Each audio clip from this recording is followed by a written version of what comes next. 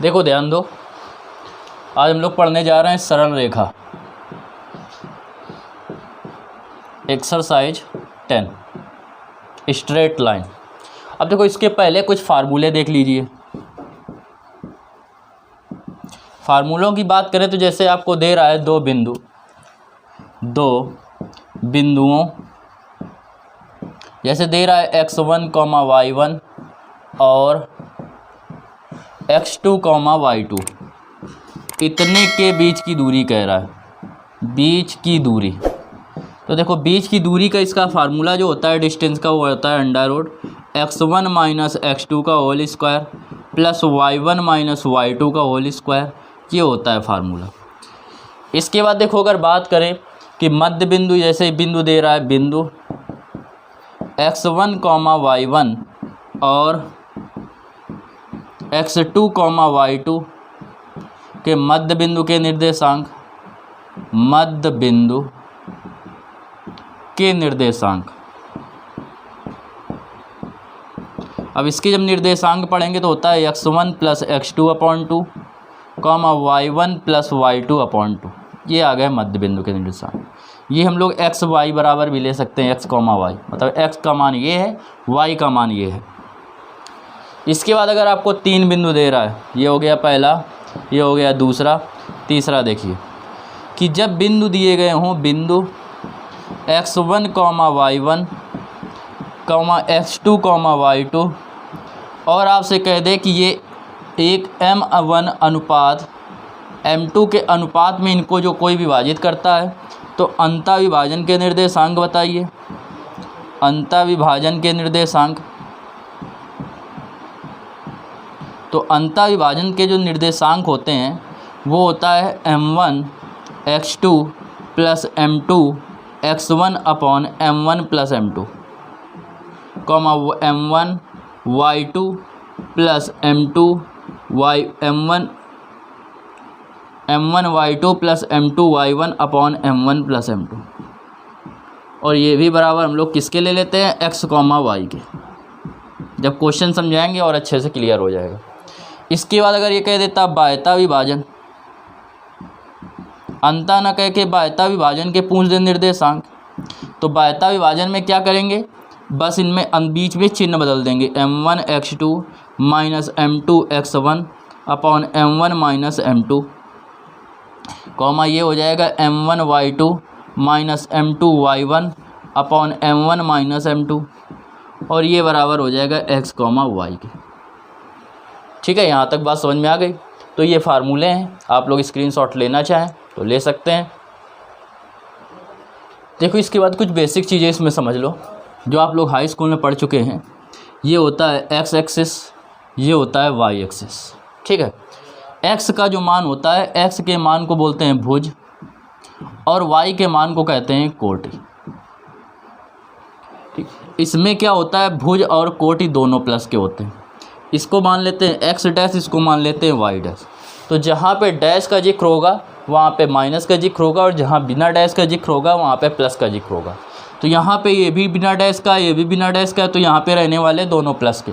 यहाँ पे बात करें तो x में डैश लगा हुआ है तो x का मान माइनस आएगा, और y में बिना डैश है तो y हो जाएगा प्लस का। इसमें करेंगे दोनों डैश है तो दोनों क्या हो जाएंगे, माइनस हो जाएंगे। इसमें बात करेंगे तो x हमें दिख रहा है प्लस का और y दिख रहा है माइनस का, तो y दिख रहा है डैश, तो ये हो जाएगा माइनस का। और यहाँ का जो पॉइंट होता है वो होता है क्या, 0,0। जैसे आपसे कह दे जो हाई स्कूल में था उससे कुछ रिलेटेड बता रहे हैं, जिससे बेसिक फिर से अच्छा हो जाए, रिवाइज हो जाए। जैसे आपको कह रहा है 2,2 बिंदु कहाँ होंगे, तो 2,2 दोनों प्लस के हैं तो कहाँ होंगे, इसमें होंगे।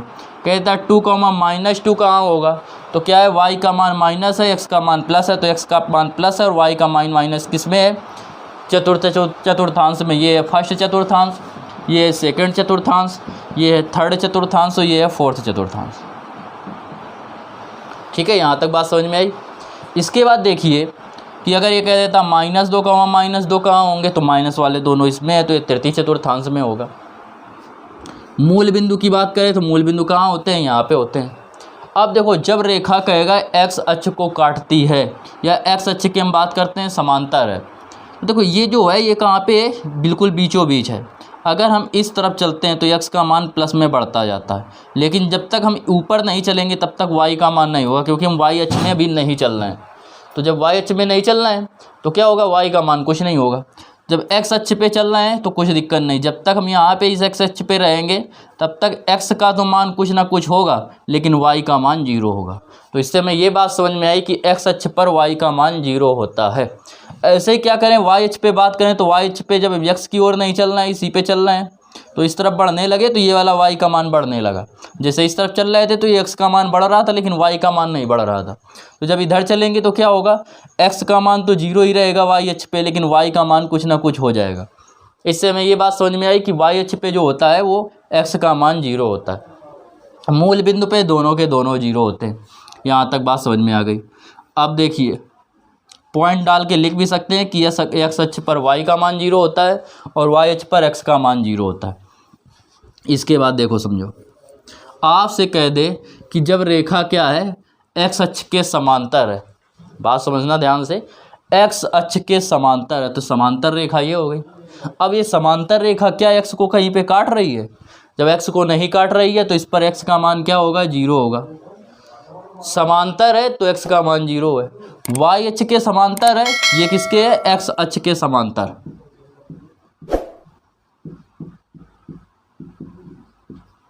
ये क्या है, y अक्ष के समांतर। तो y अक्ष के जब समांतर होगी तो y का मान 0, जिसके समांतर होगी उसका मान 0। लेकिन अगर कह देता कि ये रेखा किसको काटती है, x अक्ष पे, तो x अक्ष पर जिस बिंदु को काटेगी तो x अक्ष पे बताया y का मान 0 होता है, x का मान कुछ ना कुछ होगा। जब बात करें किस पे, x अक्ष के समांतर है, x अक्ष के समांतर है तो किसको काटेगी, y अक्ष को। तो y अक्ष पर जब काटेगी तो y का मान तो कुछ ना कुछ होगा। अगर कहते रेखा y अक्ष को काटती है तो y का मान तो कुछ ना कुछ होगा, लेकिन x का मान 0 होगा। ये सब कुछ बेसिक बातें थी जो उम्मीद करते हैं आपको समझ में आ गई होंगी। सरल रेखा एक्सरसाइज 10.1 का question number first number question कह रहा है कि एक चतुर्भुज है जिसके शीर्ष दे रहा है -4,5, 0,7, 5,-5 और आपको दे रहा है -4, -2। ये आपसे दे रहा है, कह रहा है इसका क्षेत्रफल भी ज्ञात कीजिए। इसका आपको क्षेत्रफल निकालना है। तो पहले देखो, इन 3 बिंदुओं का क्षेत्रफल निकाल लो। जैसे चतुर्भुज आपका ये बना, इसको अगर ऐसे मिला लें तो एक 3 भाग का त्रिभुज ये हो गया और एक त्रिभुज ये हो गया। तो एक बार इस त्रिभुज का क्षेत्रफल निकाल लें, फिर एक बार इस त्रिभुज का क्षेत्रफल निकाल लें, दोनों का आपस में जोड़ दे तो आ जाएगा हमारा आंसर। तो बस करना चालू कर दो। पहले निकालेंगे इन तीनों का क्षेत्रफल, तो निकालेंगे बिंदुओं -4,5, 0,7 और 5,-5 का क्षेत्रफल, या इतने से बने त्रिभुज का क्षेत्रफल। क्षेत्रफल का फार्मूला होता है 1/2 x1 y2 - y1 y2 - y3 plus x2 y3 - y1 plus x3 y1 - y2। ठीक है। इसके बाद देखो 1/2 x1 की जगह वैल्यू रखेंगे -4, y2 की जगह रखेंगे, ये दे रहा है y2, ये हो गया x1 y1 x2 y2 x3 y3।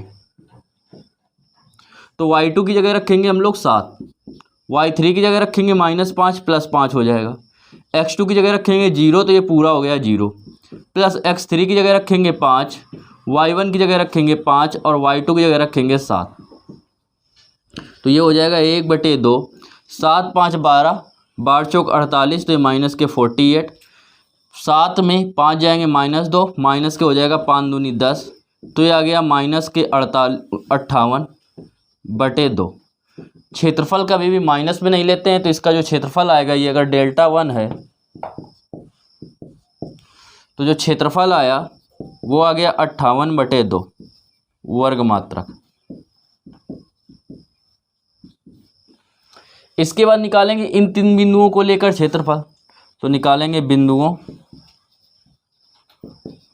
0,7, 5,-5 और -4, -2 का क्षेत्रफल। इसका क्षेत्रफल निकालेंगे डेल्टा टू इक्वल तो 1/2 होता है x1, ये हो गया x1 y1, x2 y2 और ये हो जाएगा x3 y3। तो ये हो गया कितना x1 0, तो जब 0 करेंगे तो पूरा हो जाएगा ये 0, प्लस होता है x1 के बाद फिर क्या लेते हैं x2 की जगह पे दे रहा है 5 तो 5 लेंगे। फिर यहाँ पे होता है y3 माइनस y1, तो y3 है -2 और y1 है माइनस किस हो जाएगा 7। माइनस के x3 कहता है x3, तो x3 की जगह दे रहा है -4 तो -4 हो जाएगा। y1 माइनस y2, तो y1 हो गया 7 तो -2 तो माइनस माइनस प्लस के 5। इसको करेंगे तो ये हो जाएगा 1/2। 7 2 9 9 5 45 माइनस के 45। 7 5 12 12 चौक 48 तो हो जाएगा माइनस के 48। इनको ऐड करेंगे तो आ जाएगा 8 5 13। ये आएगा 4 4 8 1 9 माइनस के 93/2। क्षेत्रफल किस में लेते हैं, माइनस में लेते नहीं है, तो ये आ जाएगा 93/2 वर्ग मात्रक। अब निकालना था आपको चतुर्भुज का क्षेत्रफल। ये आया एक त्रिभुज का क्षेत्रफल, ये आया एक त्रिभुज का क्षेत्रफल। इन दोनों को जोड़ देंगे तो चतुर्भुज का बन जाएगा। बताया जैसे ये दे रहा है चतुर्भुज, इसको ऐसे मिलाया तो एक ये त्रिभुज एक ये त्रिभुज, दोनों त्रिभुजों को जोड़ देंगे त्रिभुजों के क्षेत्रफल को, तो हमारा पूरा चतुर्भुज का क्षेत्रफल आ जाएगा। तो निकालेंगे चतुर्भुज का क्षेत्रफल। चतुर्भुज का क्षेत्रफल, इसका जब क्षेत्रफल निकालेंगे डेल्टा बराबर होगा डेल्टा 1 प्लस डेल्टा 2। तो डेल्टा बराबर डेल्टा 1 आपका कितना आया था, डेल्टा 1 आया था 58/2, ये हो गया 58/2 और प्लस डेल्टा 2 कितना आया है 93/2, तो 93/2। तो डेल्टा बराबर 8 करेंगे 8 3 11 9 5 14 और 1 15 151/2 वर्ग मात्रक।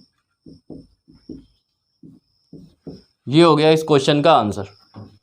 ठीक है, समझ में आ गया। देखिए question number 2, second number question में आपसे कह रहा है कि 2a भुजा के समबाहु त्रिभुज का आधार। भुजा दे रहा है 2a, समबाहु त्रिभुज की जो भुजा है, समबाहु त्रिभुज की भुजा, समबाहु त्रिभुज की भुजा दे रहा है आपको 2a। इसके बाद कह रहा है कि y अक्ष के आधार के अनुदिश, आधार y अक्ष के अनुदिश इस प्रकार है कि आधार का मध्य बिंदु मूल बिंदु पर है। देखो ऐसे ये हो गया x एक्सिस, ये हो गया x एक्सिस, ये y एक्सिस। इस पर ऐसे रखा हुआ है कि इसका जो मध्य बिंदु है, इसका मध्य बिंदु वो कहाँ पे है, मूल बिंदु पर है। तो जब 2a पूरी लंबाई है 2a की, तो इस तरफ a होगी, इस तरफ a होगी, ये 2a होगी, ये 2a होगी।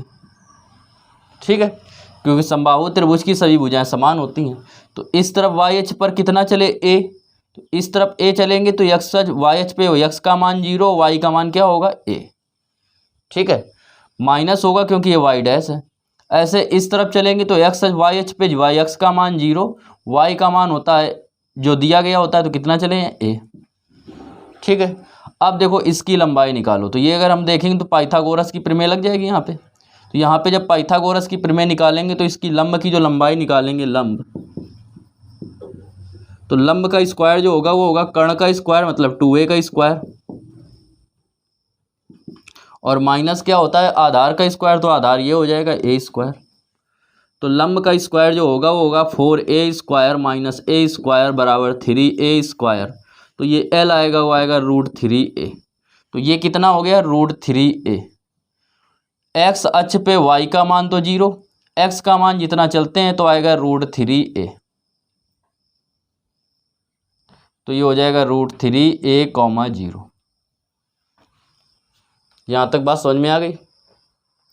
अब देखिए ये आपको पॉइंट पता चल गया। एक तरफ के तो आपसे कह रहा था कि बिंदु ज्ञात कीजिए, शीर्ष ज्ञात कीजिए, तो एक तरफ के आपके शीर्ष क्या आ गए, पहले शीर्ष।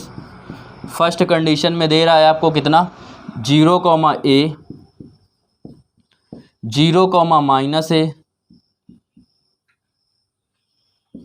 और आ जाएगा √3a, √3a, 0। इसके बाद ये तो आपको कह नहीं रहा कि x की अक्ष की शीर्ष जो होना चाहिए x अक्ष की धन दिशा में होना चाहिए, x डैश की भी दिशा में हो सकता है, ऋण दिशा में हो सकता है। तो ये त्रिभुज एक ऐसे भी बन सकता है। तो जब ऐसे बनेगा तो ये बिंदु तो यहीं रहेंगे, ये वाला इस तरफ आएगा, तो इस तरफ x का मान होता है माइनस में, तो माइनस का हो जाएगा -√3a कॉमा 0।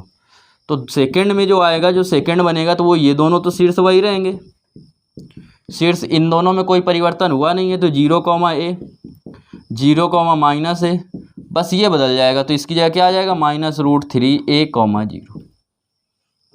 ये हो गया इस क्वेश्चन का आंसर। समझ में आ गया। देखो question number third number question में कह रहा है कि दो बिंदु हैं P और Q। P का मान है x1, y1 और Q का मान है x2, y2। आपसे कह रहा है कि मध्य बिंदु की दूरी ज्ञात की है। नंबर 1, जब PQ क्या हो, YH के समांतर हो। ठीक है, जैसे YH के समांतर, तो ये x हो गया, एक्सिस आपके हो गए। YH आपका ये है, तो YH के समांतर रेखा कैसे होगी, ऐसे। और YH के समांतर जब बताया था तो पीछे बता चुके हैं कि जब YH के समांतर कहे तो Y का मान 0 होता है। तो निकालेंगे नंबर फर्स्ट, जब PQ क्या है, YH के समांतर है।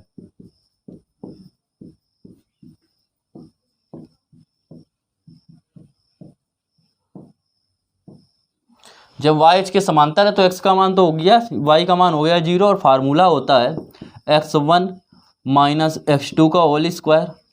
ठीक है, यही होता है। और प्लस होता है y1 माइनस y2 का स्क्वायर। लेकिन y1 जब y को काट नहीं रहा है तो y का मान तो हो जाएगा 0 हो जाएगा। अब ये आ गया आपका आंसर। अंडर रूट हटा देंगे तो इस पर बस मॉड लगा देना कि x1 माइनस x2 का ये।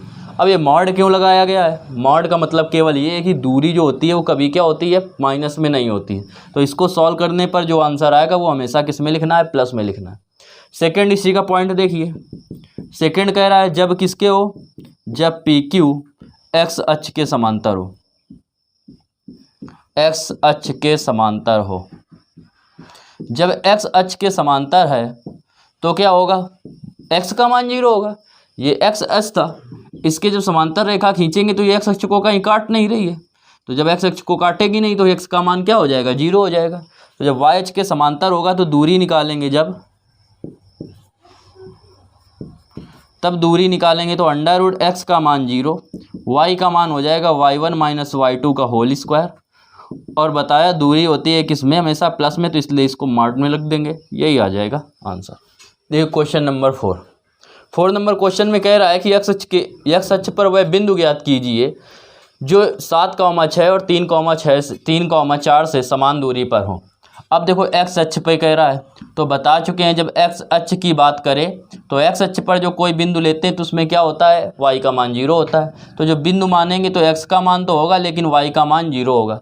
तो हमने माना बिंदु जो माना हमने वो मान लिया a,0। ठीक है। अब इसके बाद देखिए क्या कह रहा है, ये हमारे बिंदु हो गए। इसके बाद हम लोग क्या करेंगे, कह रहा था प्रश्नानुसार जो बिंदुओं इसकी बिंदु a,0 की 0 और 7,6 से दूरी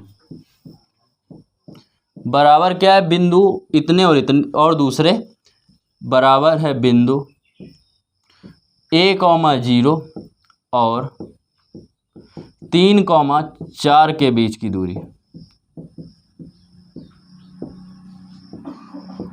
ये आपसे कह रहा है, तो इसकी दूरी निकालेंगे, वही under root x1 minus x2 का whole square plus y1 minus y2 का whole square equal under root x1 है a माइनस x2 का whole square plus y1 minus y2 का होल स्क्वायर। दोनों तरफ अंडर रूट है, वर्क करेंगे cut जाएंगे अंडर रूट, तो ये आ जाएगा a माइनस 7 का होल स्क्वायर प्लस ये माइनस 6 का स्क्वायर हो जाएगा 36 बराबर ये आएगा a माइनस 3 का होल स्क्वायर प्लस 4 का माइनस 4 का स्क्वायर, 4 चौको 16। इसका स्क्वायर खोलेंगे, a स्क्वायर प्लस 7 सत्ते 49 माइनस 7 दूनी 14 है प्लस 36 बराबर इसका करेंगे तो a square plus 9 minus 6a plus 16। a square से a स्क्वायर कैंसिल, ये दे रहा था इस तरफ केवल माइनस 6a, इसको हम इसकी तरफ ले जाएंगे तो ये हो जाएगा प्लस का 14a इक्वल ये 49 दे रहा है 36 दे रहा है, ऐसे ही बना रहने दो। ये इस तरफ आएगा माइनस के 16, ये इसकी तरफ जाएगा माइनस के 9, 14 में 6 जाएंगे 8 6 14 तो 8a, इसमें 49 में 9 जाएंगे बचेगा 40, 36 में 16 जाएंगे बचेगी 20, तो 20 और 2 40 और 20 हो जाएंगे 80, तो 8a इक्वल हो गया 80 के 60 के। अब जब ये 60 के हो जाएगा गुणा करेंगे किससे, 4 से भाग देंगे, 4 दूनी 8 और 15 चौको 60, तो a का मान जो आ गया वो आ गया 15/2। तो आंसर जो हमारा हो गया, जो बिंदु हो गए वो था a,0, तो a की जगह आया 15/2 और 0। ये इस क्वेश्चन का क्या हो गया, आंसर हो गया। देखिए क्वेश्चन नंबर 5 नंबर क्वेश्चन आपसे कह रहा है कि रेखा की ढाल ज्ञात कीजिए जो मूल बिंदु और P 0,-4 तथा B 8,0 बिंदुओं को मिलाने वाली रेखा के मध्य बिंदु से होके जाती है। तो इतने के मध्य बिंदु से होके जाती है और किससे जाती है, और मूल बिंदु से होके जाती है। तो इतने का मध्य बिंदु निकालेंगे, इतने का मध्य बिंदु। तो मध्य बिंदु का फार्मूला बता चुके हैं, होता है x1 + x2/2 y1 + y2/2। ये होता है x1 आपका कितना दे रहा है 0, x2 दे रहा है 8/2, y1 दे रहा है आपको -4, y2 दे रहा है 0/2। ये आएगा 8 में 0 जाएंगे 8/2, ये -4/2, काट देंगे आएगा 4, -2। अब इससे और मूल बिंदु से होके जाने वाली रेखा की ढाल, तो मूल बिंदु और मूल बिंदु जैसा कि आपको पता है होता है 0,0 तथा 4, -2, क्योंकि कह रहा था इन दोनों के मध्य बिंदु आपके ये आए, तो 4, -2 से होकर जाने वाली रेखा की ढाल, रेखा की ढाल आपको इसमें ढाल कह रहा है। आपसे अगर प्रवणता कहता तब भी यही फार्मूला लगाते। फार्मूला होता है आपका y2 - y1 upon x2 - x1, या आप चाहें तो यही लगा दें y1 - y2 upon x1 - x2, क्योंकि अगर माइनस कॉमन लेंगे तब यही फार्मूला हमारा बन जाएगा। अब वैल्यू रख दीजिए, प्रवणता या ढाल को लिखते हैं m से डिनोट करते हैं। अब जब रखेंगे तो y1 की जगह कितना रखेंगे, ये हो गया x1 y1, ये हो जाएगा x2 y2। y1 की जगह रखेंगे 0, माइनस y2 की जगह रखेंगे -2, तो माइनस पहले से है तो प्लस के 2 हो जाएंगे। x1 की जगह कितना रखेंगे 0, और x2 की जगह कितना रख देंगे, x2 बराबर था 4 के, तो 4। तो ये हो गया m बराबर 2/-4, तो m बराबर आ जाएगा -1/2। यही इसकी ढाल है और यही इसकी प्रवणता भी है। फार्मूला आपको ये याद रखना है। अब देखिए इसमें क्वेश्चन नंबर 6 को समझने से पहले कुछ चीज़ें समझ लीजिए। जैसे दो रेखाएं हैं, रेखाओं की जो प्रवणता दे रहा है, दो रेखाओं की प्रवणता m1, m2 है। अगर प्रवणता इतनी है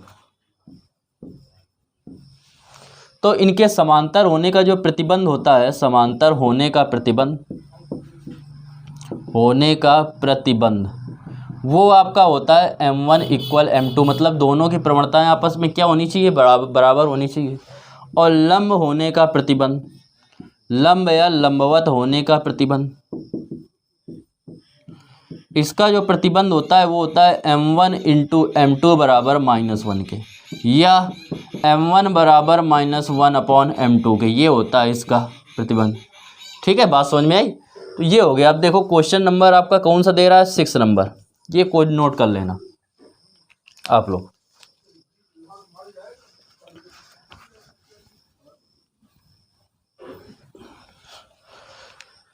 क्वेश्चन नंबर देखिए आप लोग कौन सा, 6 नंबर क्वेश्चन कह रहा है पाइथागोरस की प्रमेय का उपयोग किए बिना, कह रहा है बताना है कि बिंदु जो है वो 4,4 और दे रहा है 3,5 -1, क्या है, एक समकोण त्रिभुज के शीर्ष है। ये बताना है एक समकोण त्रिभुज के शीर्ष है। तो समकोण त्रिभुज कैसे होता है, ये होता है समकोण त्रिभुज ABC।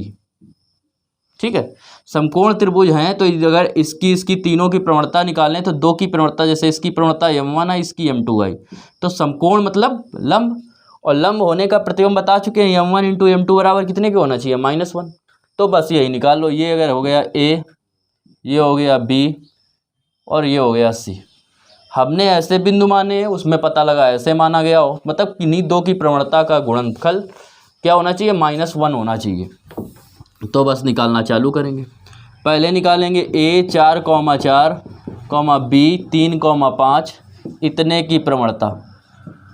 इसकी जब हम लोग प्रवणता निकालेंगे तो m1 बराबर होता क्या है, y1 minus y2 upon x1 minus x2। y1 दे रहा है 4, y2 दे रहा है 5, x1 दे रहा है 4, x2 दे रहा है 3, तो ये आ गया -1/1 बराबर क्या आ जाएगा, -1। ठीक है, फिर निकालेंगे b 3,5 और C -1, की प्रवणता। इसकी जब प्रवणता निकालेंगे m2 बराबर वही y1 माइनस y2, तो y1 हो गया 5, y2 -1 है +1 हो जाएगा, x1 दे रहा है 3, ये हो जाएगा क्या, x2 -1 तो +1, तो ये आ जाएगा 6/3 और 1 4। 2 से डिवाइड करेंगे, 2 3 6 और 2 दूनी 4। m2 आ गया। अब m3 निकाल लो, C -1, और A 4,4 की प्रवणता। प्रवणता निकालेंगे m3 बराबर वही y1 माइनस y2, तो y1 दे रहा है -1, y2 दे रहा है 4 x1 दे रहा है -1, x2 दे रहा है 4, ये भी कितना आ जाएगा, -5/-5 बराबर कितना आ जाएगा, 1। हम देख रहे हैं m1 इंटू m3 क्या आ रहा है, -1 इंटू -1 आ रहा है। तो निकालेंगे कि m1 इंटू m2 बराबर, m1 दे रहा है -1 और इंटू 1, तो m1 इंटू m2 m3 था, बराबर आ रहा है -1 के। अतः दिए गए बिंदु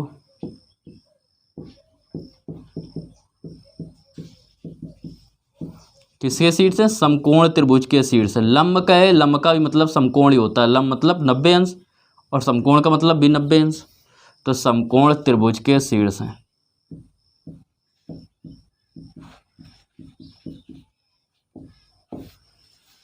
बात समझ में आ गई। तो ये हो गया, इस प्रकार ये क्वेश्चन सॉल्व हो गया।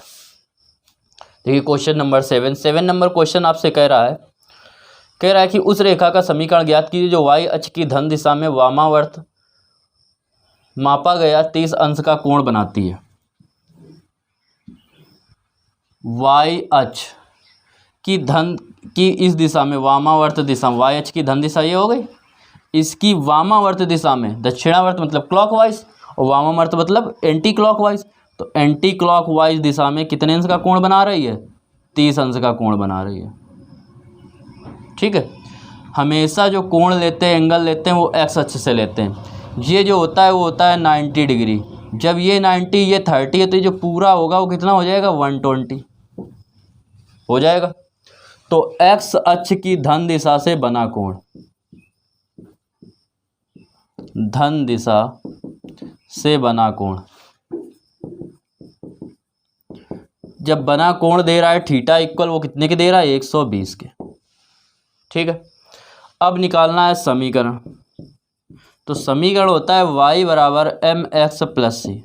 सी जो होता है वो होता है रेखा की मूल बिंदु से दूरी। तो मूल बिंदु से रेखा अगर यहाँ कहीं जा रही होती तो दूरी होता, लेकिन ये तो मूल बिंदु से ही जा रही, तो दूरी कितनी हो गई, 0। तो यहाँ पे रख देंगे 0। तो y बराबर m की जगह रख देते हैं tan थीटा, m बराबर भी होता है ढाल या वो स्लोप, 120 प्लस सी की जगह 0 इंटू एक्स प्लस सी। तो y बराबर tan 120 का मान होता है, लिख सकते हैं इसको tan 90 plus 30 into x. tan 90 plus theta क्या होता है, माइनस के cot थीटा, तो cot 30 इंटू एक्स। और cot 30 का मान क्या होता है, √3, तो √3x। ये इस तरफ आ जाएगा तो आ जाएगा √3x, ये इस तरफ आएगा प्लस का हो जाएगा √3x प्लस y बराबर कितने के, 0। बात आ गई समझ में। तो ये हो गया इसका आंसर। ये क्वेश्चन नंबर 7 में हमारा कंप्लीट।